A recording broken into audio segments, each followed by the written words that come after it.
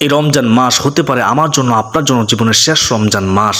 রহমতে 10 দিন চলে গেল, মাগফিরাতে 10 দিন চলে গেল, নাজাতে 10 দিন চলতেছে।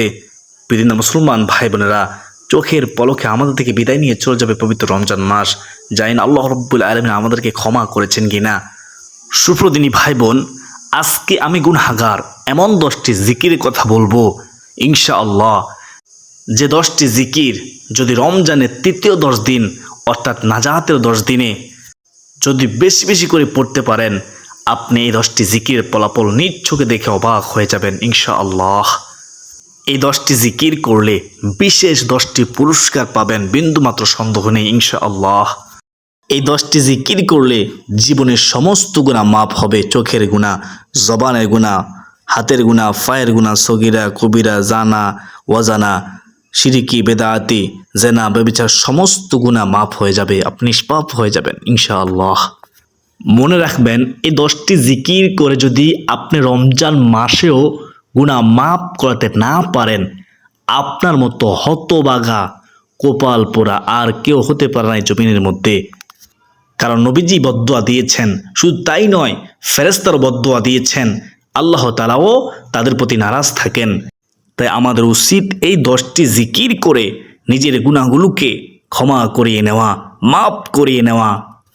এই 10টি জিকির করলে আপনি সম্মানিত হবেন। এই 10টি জিকির করলে দুঃখ কষ্ট পেরেশানি হতাশা দূর হবে, দোয়া ও আশা পূরণ হবে ইনশাআল্লাহ। এই 10টি জিকির করলে সংসার থেকে অভাব দূর হবে, শত্রু থাকলে শত্রু আক্রমণ থেকে আল্লাহ তাআলা হেফাজত করবেন ইনশাআল্লাহ আজ্জা ওয়া জাল্লাহ। আপনি কি জানেন সেই 10টি প্রয়োগপূর্ণ জিকির কি? যদি না জেনে থাকেন তাহলে আজকের ভিডিওটি আপনার জন্য মনোযোগ সহকারে দেখতে থাকুন, কমেন্টে ইনশাআল্লাহ লেখে। চলুন একটু দোয়া করে নেই। হে মহান দয়ালু প্রেমময় আল্লাহ, আপনি এই রমজান মাসের উসিলায় আমাদের জীবনের সমস্ত গুনাহ মাফ করে দিন। সকলে বলি আল্লাহুম্মা আমিন। তো প্রিয় দর্শক, চলুন আমরা বিস্তারিত জেনে নেই। 1 নম্বর হলো লা হাওলা ওয়ালা কুওয়াতা ইল্লা বিল্লাহ। গুরুত্বপূর্ণ একটি আমল, এর ফজিলত ও সওয়াব অনেক বেশি। আমলটি করার ব্যাপারে হাদিসে অনেক বর্ণনা এসেছে। হযরত আবু মুসা আশআরী রাদিয়াল্লাহু তাআলা আনহু বর্ণনা করেন, রাসূলুল্লাহ সাল্লাল্লাহু আলাইহি ওয়াসাল্লাম একবার আমাকে বললেন, তোমাকে জান্নাতের অন্যতম ধনভাণ্ডারের কথা কি বলে দেব? ও আমার সাহাবী, আমি কি তোমাকে বলে দেব? আমি বললাম, অবশ্যই বলে দিন হে আল্লাহর রাসূল সাল্লাল্লাহু আলাইহি ওয়াসাল্লাম। তখন তিনি বললেন, নবীজি বললেন, লা হাওলা ওয়ালা কুওয়াতা ইল্লা বিল্লাহ। সুবহানাল্লাহ। বুখারী ও মুসলিম শরীফের হাদিস, তিরমিজি শরীফের হাদিস ও আবু দাউদ শরীফের হাদিসটি রয়েছে। লা হাওলা ওয়ালা কুওয়াতা ইল্লা বিল্লাহ। হযরত আবু যর রাদিয়াল্লাহু তাআলা আনহু থেকে বর্ণনা করেন, রাসূলুল্লাহ সাল্লাল্লাহু আলাইহি ওয়াসাল্লাম আমাকে একবার বললেন, আমি কি তোমাকে জান্নাতের গুপ্তধনগুলোর একটি সন্ধান দেব না? আমি বললাম, হ্যাঁ। আল্লাহ রাসূল সাল্লাল্লাহু আলাইহি ওয়াসাল্লাম তখন তিনি বললেন, ও আমার সাহাবী শুনো, সেটি হচ্ছে লা হাওলা ওয়ালা কুওয়াতা ইল্লা বিল্লাহ। সুবহানাল্লাহ। হযরত হাজিব ইবনে হারমালা রাদিয়াল্লাহু তাআলা আনহু বলেন, আমি নবী সাল্লাল্লাহু আলাইহি ওয়াসাল্লামের নিকট দিয়ে যাচ্ছিলাম। তিনি আমাকে বলেন, হাজিম, তুমি অধিক সংখ্যায় লা হাওলা ওয়ালা কুওয়াতা ইল্লা বিল্লাহ বাক্যটি পড়ো, বেশি বেশি পরিমাণে পড়ো, কেননা ও আমার সাহাবী শুনো, তা হলো জান্নাতের গুপ্তধন। সুবহানাল্লাহ। লা হাওলা ওয়ালা কুওয়াতা ইল্লা বিল্লাহ। বুখারী ও মুসলিম শরীফের হাদিস। হযরত কাইস ইবনে সাদ ইবনে উবাদা রাদিয়াল্লাহু তাআলা আনহু থেকে বর্ণিত আছে, আমি নামাজরত থাকা অবস্থায়, ও সাহাবী বলতেছেন, আমি নামাজরত থাকা অবস্থায় নবী সাল্লাল্লাহু আলাইহি ওয়াসাল্লাম আমার কাছ দিয়ে গমন করলেন। তিনি নিজের পা মোবারক দিয়ে আমাকে আঘাত করে আমাকে ইশারা করে বললেন, আমি তোমাকে কি জান্নাতের দরজাগুলোর একটি দরজা সম্পর্কে জানাবো না? আমি বললাম, হ্যাঁ। তিনি বললেন, ও আমার সাহাবী শুনো, সেটি হচ্ছে লা হাওলা ওয়ালা কুওয়াতা ইল্লা বিল্লাহ, যার অর্থ হলো আল্লাহ ব্যতীত অনিষ্ট দূর করার এবং কল্যাণ লাভের কোনো শক্তি কারো কি আছে? কারো নেই। তিরমিজি শরীফের হাদিস, হাদিস নম্বর হচ্ছে 3581 নম্বর হাদিস। কোরআন টিপন 1 ইউটিউব চ্যানেল সুপ্রদর্শক, আমরা 1 নম্বর জিকির জানলাম, লা হাওলা ওয়ালা কুওয়াতা ইল্লা বিল্লাহ। আমরা বেশি বেশি পরিমাণ পড়ব ইনশাআল্লাহ। কোরআন টিউন ওয়ান ইউটিউব চ্যানেল সুপ্রদর্শক। দ্বিতীয় নম্বর জিকির হলো লা ইলাহা ইল্লাল্লাহু ওয়াল্লাহু আকবার ওয়ালা হাওলা ওয়ালা কুওয়াতা ইল্লা বিল্লাহ।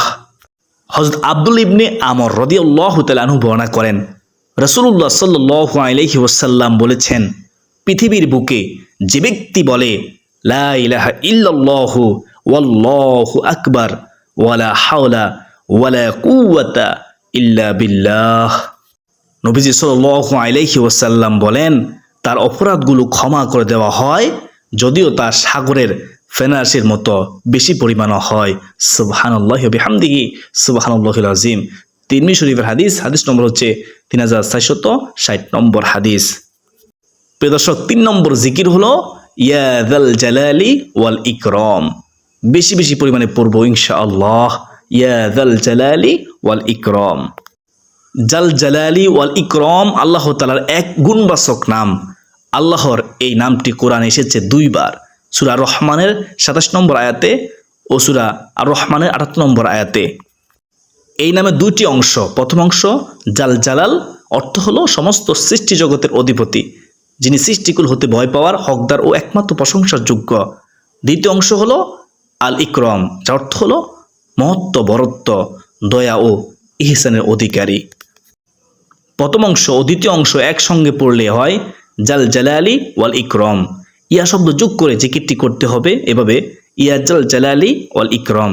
যে কোনো কাজ সুন্দরভাবে শেষ করার জন্য, কাজের ভালো ফলাফলের জন্য এবং দুনিয়ার ধন দৌলত ও রিজিকের প্রশস্তার জন্য এই জিকির বেশি বেশি করার পরামর্শ দিয়ে থাকেন আলেম ওলামারা। অত্যন্ত দামি জিকির এই জিকিরটি, কেননা এই জিকিরের মাধ্যমে একসঙ্গে 2টি কাজ হয়। 1 নম্বরে মহামহিম আল্লাহর উচ্চ মর্যাদার গুণকীর্তন করা হয়।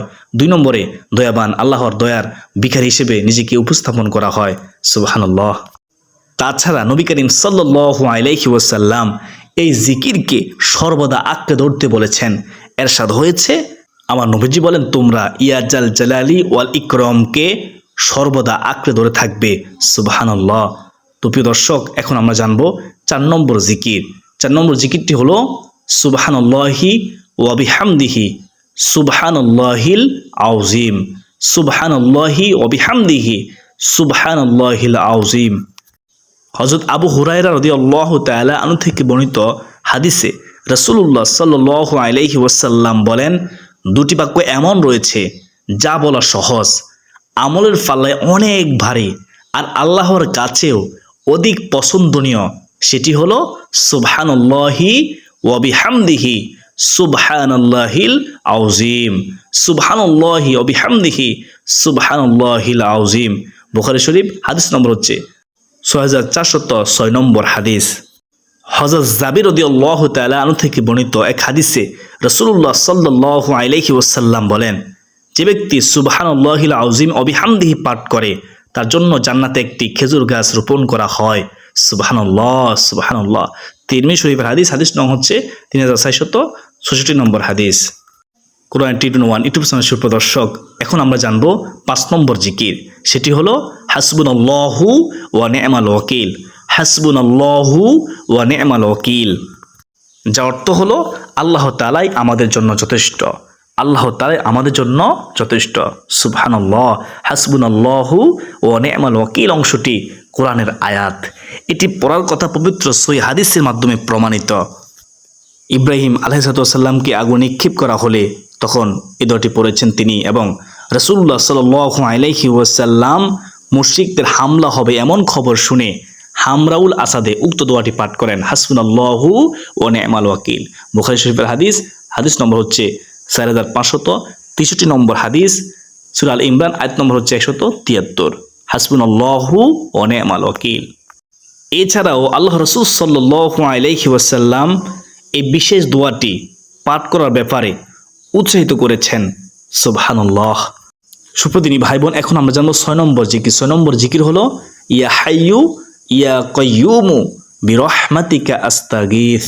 ইয়া হাইয়ু ইয়া কাইয়ুমু বিরহমাতিকা আস্তাগীথ, যার অর্থ হলো, হে চিরঞ্জীব, হে চিরস্থায়ী, আমি আপনার রহমতের উসিলায় সাহায্য প্রার্থনা করছি।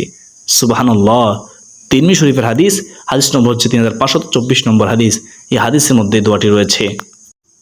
নবীজির খাদেম বিশিষ্ট সাহাবী হযরত আনাস ইবনু মালিক রাদিয়াল্লাহু তাআলা আনহু থেকে বর্ণিত, তিনি বলেন রাসূলুল্লাহ সাল্লাল্লাহু আলাইহি ওয়াসাল্লামের কাছে কোনো বিষয় কষ্টকর মনে হলে, কঠিন মনে হলে তিনি সাথে সাথে দোয়াটি বলতেন। এই দোয়াটি পরে আল্লাহ তাআলার কাছে সাহায্য চাইতেন। ইয়া হাইয়ু ইয়া কাইয়ুমু বিরহমাতিকা আস্তাগীথ, ইয়া হাইয়ু ইয়া কাইয়ুমু বিরহমাতিকা আস্তাগীথ, যা অর্থ হলো হে চিরঞ্জীব, হে চিরস্থায়ী, আমি আপনার রহমতের উসিলায় সাহায্য প্রার্থনা করছি। সুবহানাল্লাহ। কন্টিনিউ 180 সুপ্রিয় দর্শক, এখন আমরা যেমন 7 নম্বর জিকির, 7 নম্বরে হলো লা ইলাহা ইল্লাল্লাহ। এই জিকিরটি বেশি বেশি করা। কোনো ব্যক্তি যদি দুনিয়াতে একবার বসে লা ইলাহা ইল্লাল্লাহ এর আওয়াজ দেয়, ওই আওয়াজটুকুর সাথে সাথে আল্লাহ তাআলার আরশে আজিমের সাথে গিয়ে ধাক্কা লাগে। আল্লাহ রাব্বুল আলামিনের আরশে আজিমের নিকট একটি নূরের খুঁটি রয়েছে, সেই খুঁটিটুকু কাঁপতে থাকে, দুলতে থাকে। তখন আল্লাহ রাব্বুল আলামিন বলেন, ও খুঁটি তুমি কেন কাঁপো? ওই খুঁটিটুকু তখন বলতে থাকে, হে রব্বুল আলামিন, দুনিয়াতে আপনার একজন বান্দা অথবা বান্দি লা ইলাহা ইল্লাল্লাহ এর আওয়াজ দিয়েছে, তাই আমি কাঁপতেছি। তখন আল্লাহ রাব্বুল আলামিন বলেন, তুমি কাফা বন্ধ করে দাও। তখন সেই খুঁটি বলল, হে আল্লাহ, আমি কাফা থামাতে পারবো না যতক্ষণ না পর্যন্ত আপনি তাকে মাফ করবেন, ততক্ষণ পর্যন্ত আমি শুধু কাঁপতেই থাকবো, নড়তেই থাকবো। তখন আল্লাহ রাব্বুল আলামিন ওই বান্দাবান্দিকে ক্ষমা করে দেন সাথে সাথে। সুবহানাল্লাহ, সুবহানাল্লাহ। প্রিয় দর্শক, লা ইলাহা ইল্লাল্লাহ জিকিরের গুরুত্বপূর্ণ কয়েকটি ফজিলতের হাদিস আপনাদের সামনে আমি গুণগান তুলে ধরতেছি, মনোযোগ দিয়ে শুনুন। হযরত জাবির ইবনে আব্দুল্লাহ রাদিয়াল্লাহু তাআলা আনহু থেকে বর্ণিত, রাসূলুল্লাহ সাল্লাল্লাহু আলাইহি ওয়াসাল্লাম তিনি বলেছেন, সর্বোত্তম জিকির হচ্ছে লা ইলাহা ইল্লাল্লাহ এবং সর্বোত্তম দোয়া হলো আলহামদুলিল্লাহ। সমস্ত প্রশংসা আল্লাহ তাআলার জন্য। তিরমিজি শরীফের হাদিস। হযরত মুআজ রাদিয়াল্লাহু তাআলা আনহু থেকে বর্ণিত, রাসূলুল্লাহ সাল্লাল্লাহু আলাইহি ওয়াসাল্লাম বলেছেন, যে ব্যক্তি খালেস অন্তরে একনিষ্ঠতার সঙ্গে লা ইলাহা ইল্লাল্লাহ বলবে, সে জান্নাতে প্রবেশ করবে। সুবহানাল্লাহ। মুসনাদে আহমদ শরীফের হাদিস। হযরত ইতবান বিন মালিক রাদিয়াল্লাহু তাআলা আনহু থেকে বর্ণিত, রাসূলুল্লাহ সাল্লাল্লাহু আলাইহি ওয়াসাল্লাম বলেছেন, যে ব্যক্তি একমাত্র আল্লাহ রাব্বুল আলামিনকে সন্তুষ্টি করার জন্য লা ইলাহা ইল্লাল্লাহ বলবে, কিয়ামতের দিন সে এমনভাবে উপস্থিত হবে যে তার উপর জাহান্নাম হারাম হয়ে গিয়েছে। সুবহানাল্লাহ। বুখারী ও মুসলিম শরীফের হাদিস ও মুসনাদে আহমদ শরীফে এই হাদিসটি রয়েছে। সুবহানাল্লাহ। অত্যন্ত দামি জিকির লা ইলাহা ইল্লাল্লাহ। হযরত আনাস রাদিয়াল্লাহু তাআলা আনহু থেকে বর্ণিত, রাসূলুল্লাহ সাল্লাল্লাহু আলাইহি ওয়াসাল্লাম বলেছেন, কিয়ামতের দিন মহান আল্লাহ তাআলা বলবেন, হে মুহাম্মদ সাল্লাল্লাহু আলাইহি ওয়াসাল্লাম, সৃষ্টির মধ্য হতে আপনার উম্মতের মধ্যকার এমন ব্যক্তিকে জান্নাতে প্রবেশ করান, যে ব্যক্তি একদিন হলেও ইখলাসের সঙ্গে এ সাক্ষ্য দিয়েছে যে আল্লাহ তাআলা ছাড়া কোনো ইলাহা নেই, কোনো উপাস্য নেই, এবং সে এর উপর মৃত্যুবরণ করেছে। সুবহানাল্লাহ। অর্থাৎ মৃত্যুর সময় জবানে কালিমা জারি ছিল, ঈমানের সাথে তার মৃত্যু হয়েছে। সুবহানাল্লাহ। যে ব্যক্তি সব সময় লা ইলাহা ইল্লাল্লাহ, লা ইলাহা ইল্লাল্লাহ জিকির করবে, আল্লাহ তাআলা তাকে ঈমানের সঙ্গে মৃত্যু নসিব করবেন। সুবহানাল্লাহ। আল্লাহু আকবার। এর চেয়ে সুসংবাদ কি হতে পারে? তাই প্রিয় দর্শক, আমরা বেশি বেশি পরিমাণে লা ইলাহা ইল্লাল্লাহ এর জিকির করব ইনশাআল্লাহ। কোরআন ট্রিটমেন্ট 1 ইউটিউব চ্যানেল সুপ্রদর্শক, এখন আমরা জানবো 8 নম্বর জিকির। 8 নম্বর জিকিরটি হলো সুবহানাল্লাহ। সুবহানাল্লাহ বেশি বেশি পড়া। প্রিয় দর্শক, আপনি কি জানেন যে সুবহানাল্লাহ জিকিরের কত দাম, কত সম্মান, কত ফজিলত, কত গুরুত্ব?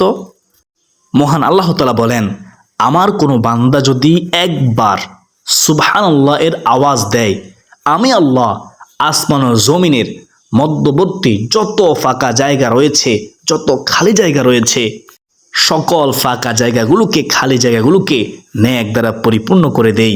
বলুন না সুবহানাল্লাহ।